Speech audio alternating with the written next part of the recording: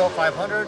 Welcome to the Circle of Excellence, CR500, starting with 1985 over here, all the way around.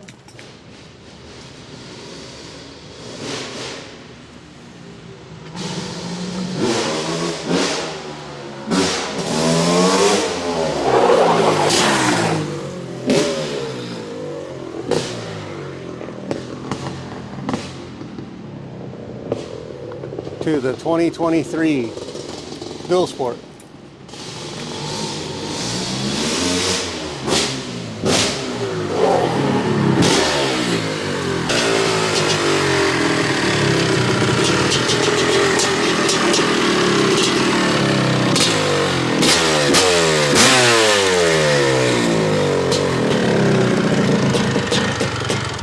Happy birthday, America. What better way to celebrate the 4th of July than hanging out with the Godfather himself, AJ Wagner from Built 500. Guys, this is a legend himself, Robbie Knievel's motorcycle. Rest in peace, Robbie.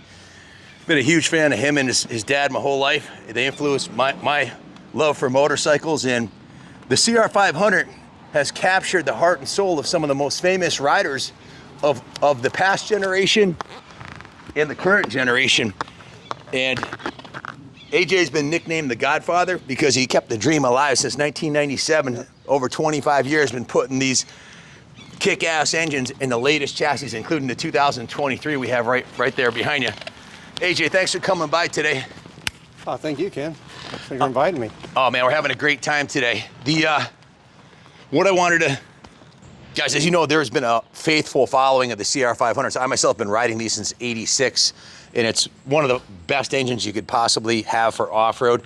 And a lot of the legendary jumpers from the past generation, even now, today, jump these bikes. Many records have been set. Robbie Knievel had an aluminum frame that AJ had built from him. Robbie Madison, a whole bunch of others, Trigger Gum.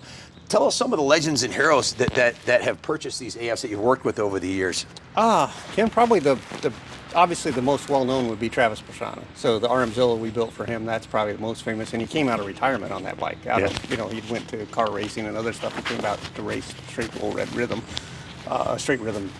on that. And then he did it again a few years later. So that's probably the most famous bike would be that RMZilla as far as rider would be Travis Pastrana.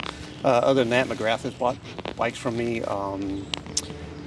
Malcolm Stewart has RM250 AF from us. Robbie Madison obviously set the world record at Sam Boyd Stadium back on New Year's Eve on ESPN. That was an amazing jump. So that you can check out on YouTube. That's a huge jump. That was a record at that time, was football end zone to end zone. And then he immediately following that, a few months later, he jumped the corner canal over in Greece on one. And it's another one we built for him. As far as other riders, I mean, Ryan Capes did a different record. Those records are a little bit different from ramp to ramp or dirt to ramp. And Ryan Capes set another world record on one of our KX500 AFs. Yeah. And then Scott Murray's on them, Trigger Gum, Pascal Perquada, GP 500 road racer that was famous back in the day. He still ice races up in Canada, and he bought one for his ice racing stuff. So Seth Inslow, obviously, who's kind of infamous in Crusty Demons for busting himself up on one. And then Mike Metzger has one, Brian Deegan. There's quite a few. I can't remember everybody. I'm going to leave somebody out. But. You touched on the Kawasaki, which I bought out. One of my favorite Kawasaki's. This is the Hulkster. We've done 2 Hulksters and 1 aluminum frame one that you had built. It doesn't have to be a Honda. This Circle of Excellence is all Honda. I've been racing Honda since '86. I'm hill climbing this year on a CR500.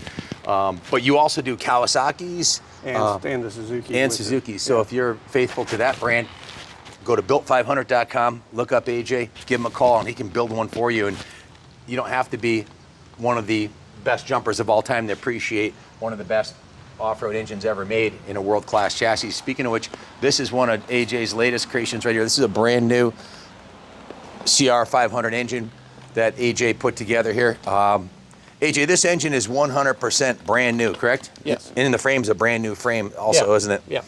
So this is a world-class machine. This is the aluminum frame we're talking about. Most of the guys that jumped and set world records, a lot of them were on your aluminum frames. Yes. A lot of them were set on steel frames too, like Robbie's bike. Or further back in the day, yeah. Yeah. Doug Danger, I believe, Yes. set the world record Originally, on a steel frame. And you still build engines for steel frames also, and also shifter Absolutely. carts. A lot of the guys in the shifter cart community use your products too. Yeah, we do an awful lot with outlaw karting. Yeah, a lot of guys in outlaw karting, and obviously a lot of steel frame guys buy our parts as well. So yeah, the shifter cart, outlaw cart thing has really taken off. NASCAR, basically like a Jimmy Elledge, which is Dale Earnhardt's son-in-law at one time. He set up a cart called QRC carts, and you guys I think bought some parts from those guys as well. Yeah. And Jimmy contacted me about the cases when we started making those, because those guys really put a lot of stress on the engine compared to what a dirt bike does, because they Sure. get bumped up in the air. They got all this rubber on the ground when they come down. They only use fourth gear. They don't have any other gears in the Wow. trans, so they break. They traditionally break the cases on the stock cases. So Wow. they started buying cases from us, and then that kind of trended into those guys gravitating to us for motor work and other parts and stuff. So that's been exploding. That whole thing on both East Coast and West Coast, that whole genre of racing, outlaw kart racing, has really, really boomed. Yep. So that's really been a big help to us, and we really appreciate those customers as well. But most of the guys is still going to be just a steel frame guy that has his old CR500, needs some parts for it.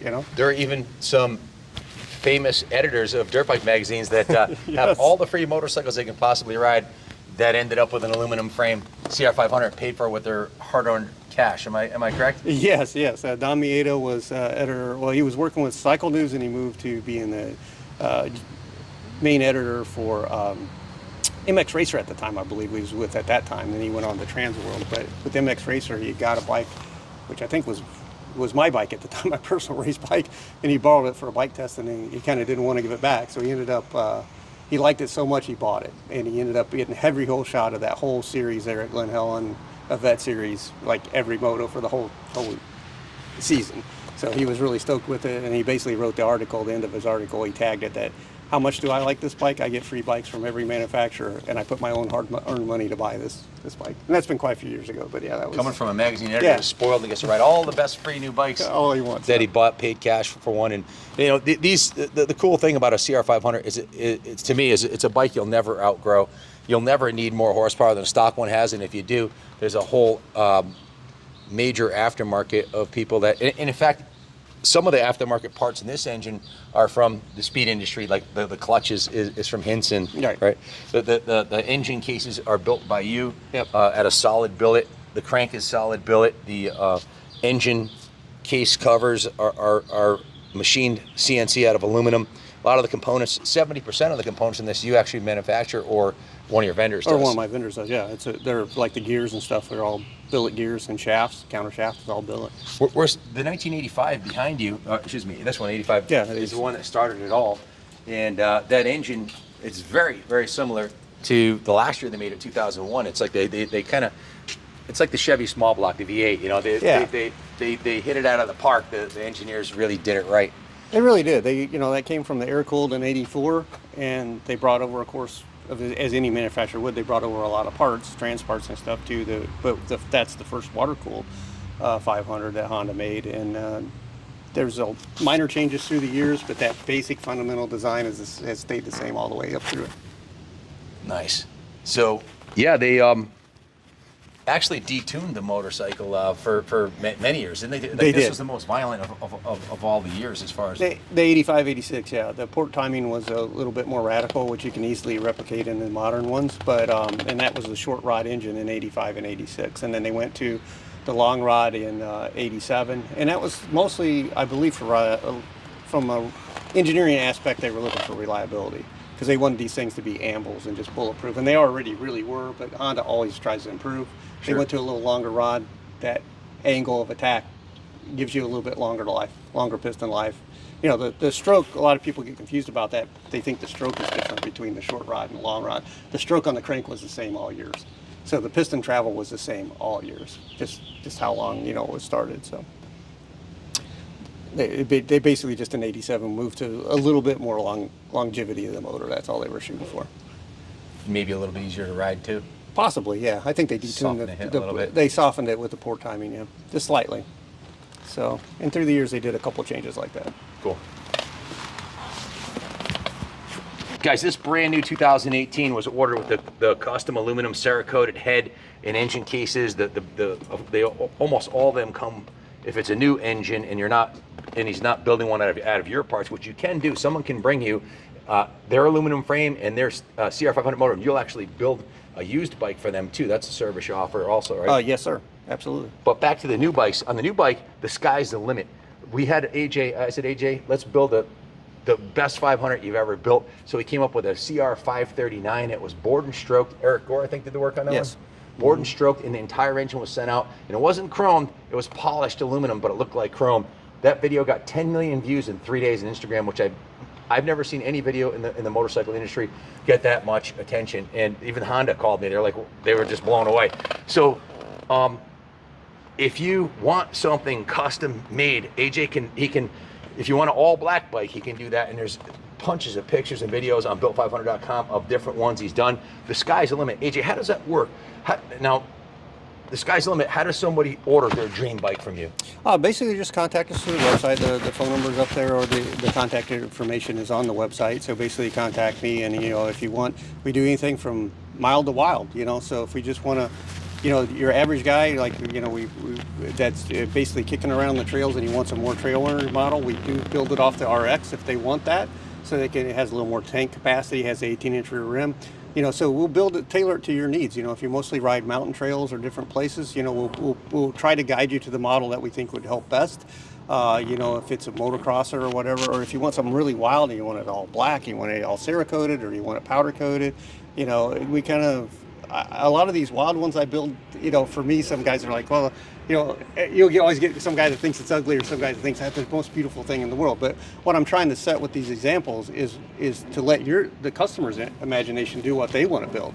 You don't have to build it like whatever I threw up on the website. I'm throwing up as an example of the different colors we can do, or different coatings. Didn't you do a red and yellow one, and you thought you didn't like it that much, and you did it for a client, and then everybody ordered that bike? Yeah. It was something that you wouldn't have built, right? Yeah, it was. The owner of service at the time called it a clown bike, a McDonald's bike, because it was a bright red front end, and the back end I had to have the plastics made because nobody made yellow plastics for Honda, right? So I had to buy a run of the rear end plastics. So I still have those.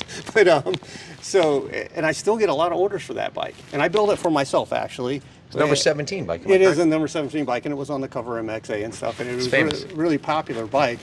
But that again was done just as an example of how wild you could go with colors and different things like that. And I didn't expect it to be like, I didn't think guys would order it, and all of a sudden we sold like 40, just like it, Yeah.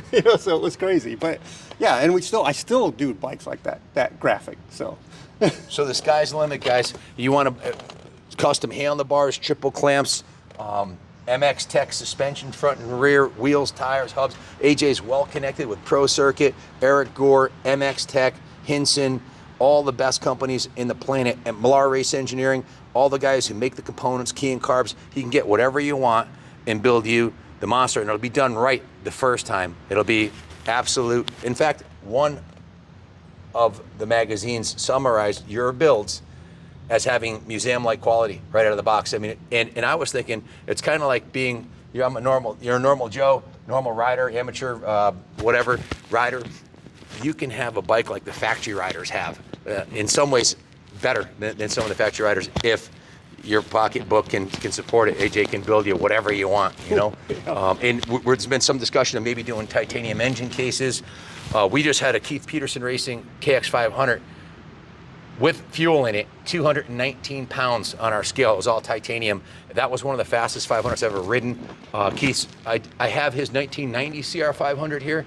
I've got his engine in Junior's 89, 62 rear wheel horsepower with the MX configuration. That's a Peterson 500. What I'm saying is, with the amount of people that are still obsessed in building these engines, it just keeps getting better. This is a forever bike. You'll never need more horsepower. We can run the 2022 Olin suspension on it, or you can get the MX Tech suspension on it, or 2023 Olin's like we've done on Junior's bike. The sky's the limit. You can get whatever you want, and it's not going away, guys. The CR500 movement's not going away, especially with AJ is building 70% of the motor, or his vendors, in-house. Pretty soon, the whole engine will be ordered from built500.com, and you can put it in your aluminum frame, or have AJ build you a new one. Just, hey, you only live once. You're gonna be dead a long time. Pull the trigger, buy one. You won't regret it. And if you ever have to sell it, it's unlike a new CR500, which a couple years from now, you're lucky to get $4 grand for. It's a throwaway bike. You can't really rebuild the motors efficiently. They're not economically repairable once they blow up. This is a forever bike, and they'll hold their value. We often have aluminum frames for sale on our website at KaplanCycles.com, up on eBay. We have like 2 CR500s right now. We don't have a lot of them for sale because they sell usually in a couple weeks. So check out our website. If you want the bike of your dreams made, or you want to build one with components give AJ a call. He's got everything in stock. He can ship you the engine cases, the cranks, if you want to roll your own, right? If you want to rebuild your own engine. Absolutely. And if he doesn't have it, he knows where to get it, and he knows everything about every year of CR500. One of the few people in the industry I know that can tell you what the differences is from year to year to year on the transmissions and the water, everything that's changed, the heads, the cylinders. AJ knows. Don't guess. Don't get a backyard conversion from some bozo who's got a welder who thinks he knows what he's doing. Forget about it. If you want an aluminum frame conversion, there's only one place on the planet to go in my eyes, and that's built500.com.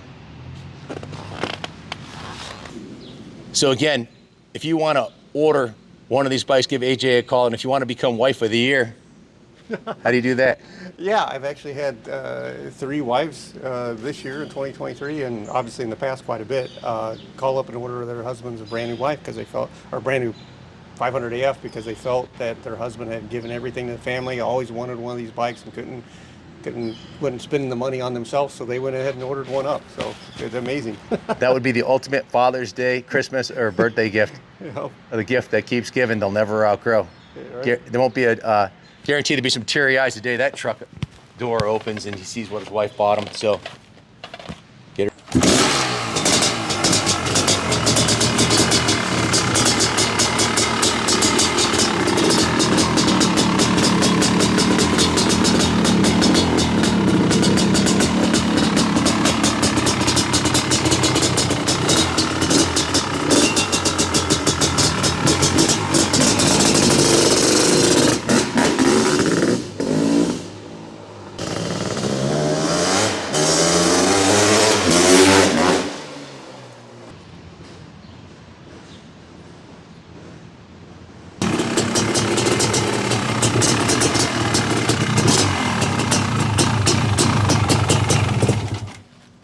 Happy birthday, America. And if you want to buy yourself the best birthday present ever, go to KaplanCycles.com for 10 bucks. You got a chance of winning this brand new 2023 450 gas factory edition with all the best of everything. Can't win if you don't play. KaplanCycles.com, 10 bucks. Thanks for watching. God bless America.